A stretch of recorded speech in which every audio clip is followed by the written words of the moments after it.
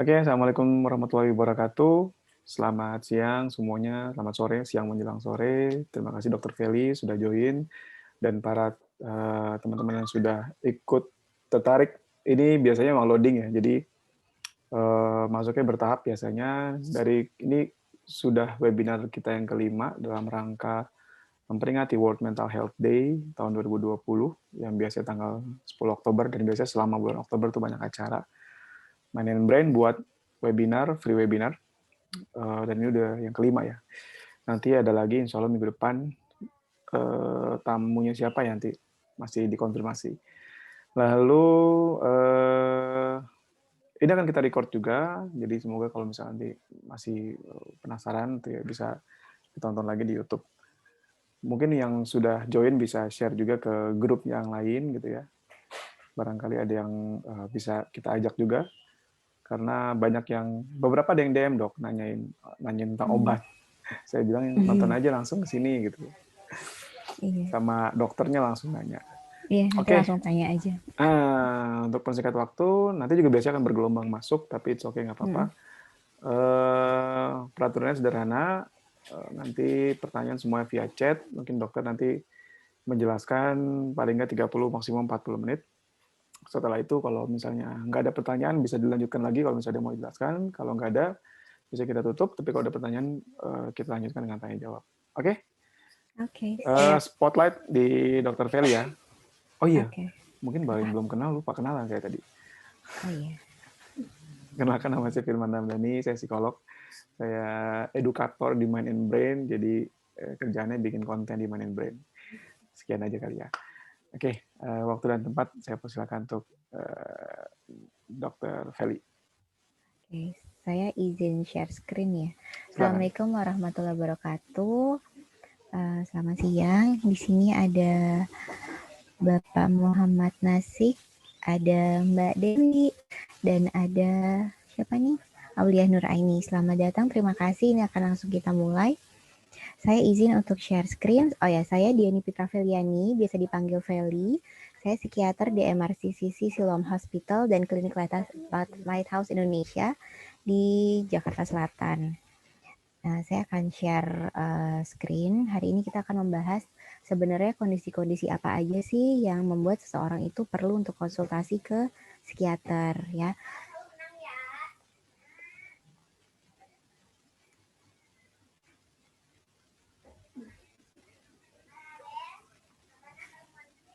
Oke. Jadi kapannya kita ini harus konsul ke psikiater? Tentunya kalau kita kan mikirnya kalau kita ke psikiater itu berarti apakah kita harus mengalami gangguan mental.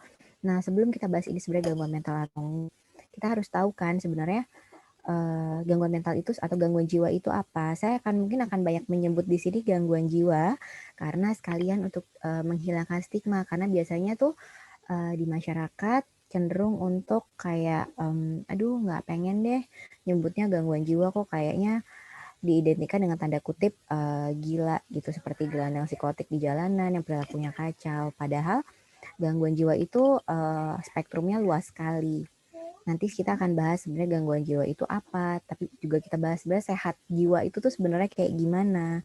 Terus apa aja sih yang paling sering dialami sama orang-orang di dunia. Nanti juga ada swab periksa, jadi jangan kemana-mana. Nanti saya kasih kuesioner untuk dijawab. Boleh siapin pensil atau dicatat di handphone juga boleh. Untuk skornya nanti hasilnya akan kita bahas di belakang. Nah, nanti kita juga akan bahas beda psikiater dan psikolog karena ini biasanya juga bingung. Saya bingung, saya harus datangnya ke psikiater atau psikolog gitu. Ya. Oke, jadi kita mulai definisi sehat jiwa dulu.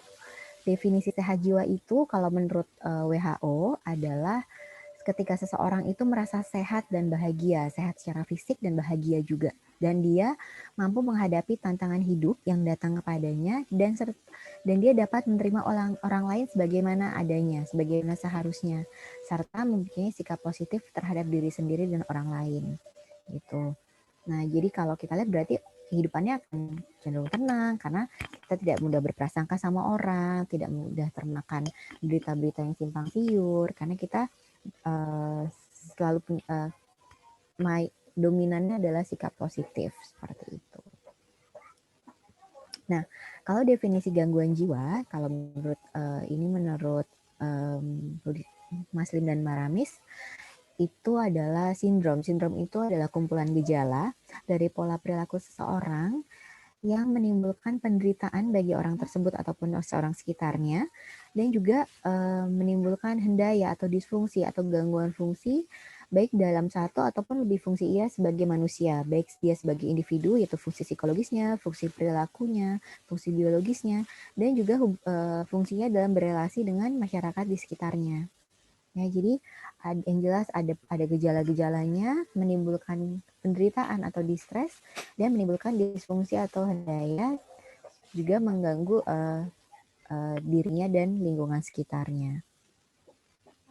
Nah, sebenarnya seberapa banyak sih orang-orang yang mengalami gangguan jiwa? Ternyata banyak sekali. Jadi ini data dari Our World in Data. Itu di tahun 2017, 792 juta orang di dunia itu memiliki gangguan jiwa. Jadi kurang lebih 10%. Nah, kalau ditambahkan dengan gangguan penyalahgunaan zat, atau kita biasanya tahu nafza, itu jumlahnya bertambah jadi 970 juta atau kurang lebih 13% dari populasi di dunia. Yang paling banyak apa? Ternyata yang paling banyak bukan psikotik, bukan gangguan jiwa berat atau yang kita tanda kutip gila orang bilangnya, tapi gangguan cemas itu sampai 4% di dunia. Bahkan kalau di Amerika sendiri itu angkanya kurang lebih 16%. Di Indonesia, PPDS-KJI Perhimpunan Dokter Spesialis Kedokteran Jiwa Indonesia itu di webnya mereka buka laman untuk swab periksa dari sekitar 4.000-an orang yang melakukan pengisian kuesioner, 65% itu mengalami gangguan jiwa gitu atau mengalami gejala-gejala gangguan jiwa di spesifik di masa pandemik ini. Jadi sebegitu besar dan sebegitu seringnya gitu. Jadi kalau misalnya 4%, berarti kalau untuk cemas 4%, 4 dari 100 orang. Kalau secara keseluruhan kita ketemu 10 orang, satu orangnya mengalami salah satu gangguan jiwa gitu ya. Nah, setelah gangguan cemas yang banyak lagi apa? Depresi. Selain depresi, yang di bawahnya prevalensinya adalah bipolar. Lalu selain itu ada gangguan makan. Gangguan makan dan schizophrenia itu angkanya nggak terlalu jauh. Lalu ada lagi gangguan tidur. Nah, kalau gangguan tidur ini angkanya sangat bervariasi dari 0,47%, kurang dari 1% bahkan, sampai 50,5%. Jadi ini tergantung dari studinya mereka mau spesifik hanya gangguan tidur saja atau dikaitkan dengan gangguan jiwa yang lain. Karena memang gangguan tidur ini berkaitan dengan semua gangguan jiwa yang ada. Oke, sekarang kita akan bahas satu dulu supaya tahu sebenarnya apa sih yang dari tadi disebut-sebut gangguan jiwa yang biasanya yang bisa ditemukan itu. Yang pertama gangguan cemas. Jadi kalau gangguan cemas itu kita harus tahu cemas itu apa sih. Jadi kita bedakan antara cemas dan takut. Kalau takut berarti itu ada respons emosional kita untuk sesuatu yang sudah ada di depan mata di saat ini, real. Kalau kecemasan itu adalah antisipasi kita terhadap sumber yang belum ada atau masih future threat, jadi ancaman di masa depan. Nah, sebenarnya anxiety ini adalah reaksi natural dari setiap orang. Itu yang membuat kita sebagai manusia akan punya dorongan untuk membuat rencana, membuat persiapan, juga lebih kuat dan lebih aware dalam menjalani kehidupan. Tapi dia akan disebut gangguan cemas kalau kecemasannya ini sudah dalam level mengganggu tadi, menimbulkan tekanan atau distres dan mengganggu fungsinya baik sebagai individu maupun dalam berelasi. Nah, gejala gangguan cemas itu apa aja?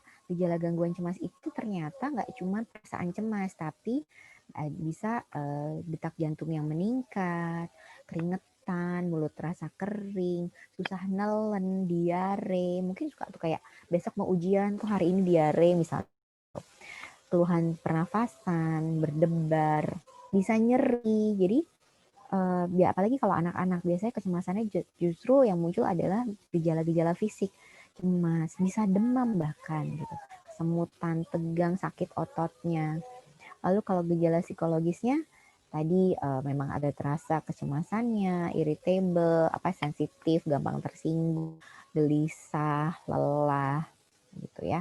Atau bisa tremor atau pusing. Nah, untuk teman-teman yang misalnya ada keluarganya yang memiliki penyakit fisik tertentu, terutama penyakit fisik kronik seperti gangguan jantung dan pembuluh darah, ada gangguan usus, ada namanya inflammatory bowel disease, jadi radang usus secara kronik, hipertensi, diabetes. Ini kejadian bahwa mereka mengalami juga gangguan kecemasan itu sangat tinggi. Jadi kita harus aware, apakah jangan-jangan dia ngeluhnya sering sakit kepala tuh bukan karena tensinya tinggi, tapi karena kecemasannya. Gitu. Nah, ini ada swab periksa dari screening untuk gangguan cemas. Saya minta teman-teman untuk baca. Nanti ini di kolom yang pertama, ini kita kasih skornya 0. Jadi kita lihat dalam kondisi 2 minggu terakhir. Kolom kedua, ini skornya 1. Kolom ketiga, skornya 2. Kolom keempat, skornya 3. Yang pertama, merasa gugup, cemas, atau gelisah. Pernah nggak dalam 2 minggu terakhir ini? Terus yang kedua, tidak mampu menghentikan atau mengendalikan rasa khawatir. Dipilih, nanti terus kita catat skornya. Khawatir berlebihan tentang berbagai hal. Yang keempat, sulit untuk merasa rileks. Yang kelima, begitu gelisah, sangat gelisah sehingga sulit untuk duduk diam. Yang keenam, menjadi mudah kesal atau jengkel. Yang ketujuh, merasa khawatir seakan sesuatu yang buruk akan terjadi. Nah, nanti kalau teman-teman sudah jawab, skornya dijumlahkan. Nanti diingat-ingat jumlah skornya. Nggak usah di-share di sini, tapi di-keep aja buat nanti kita lihat hasilnya interpretasinya apa. Ya.